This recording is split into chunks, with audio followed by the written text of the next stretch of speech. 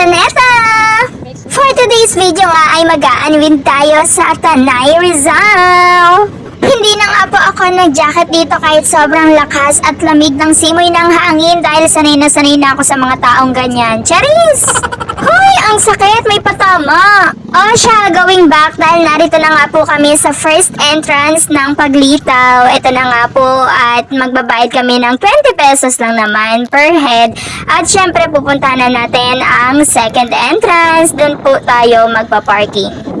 Sa part nga po na to, as you can see, medyo malubak-lubak ang dadaanan, kaya kailangan po ng konting pag-iingat, konti Damihan nyo na pala para mas sure.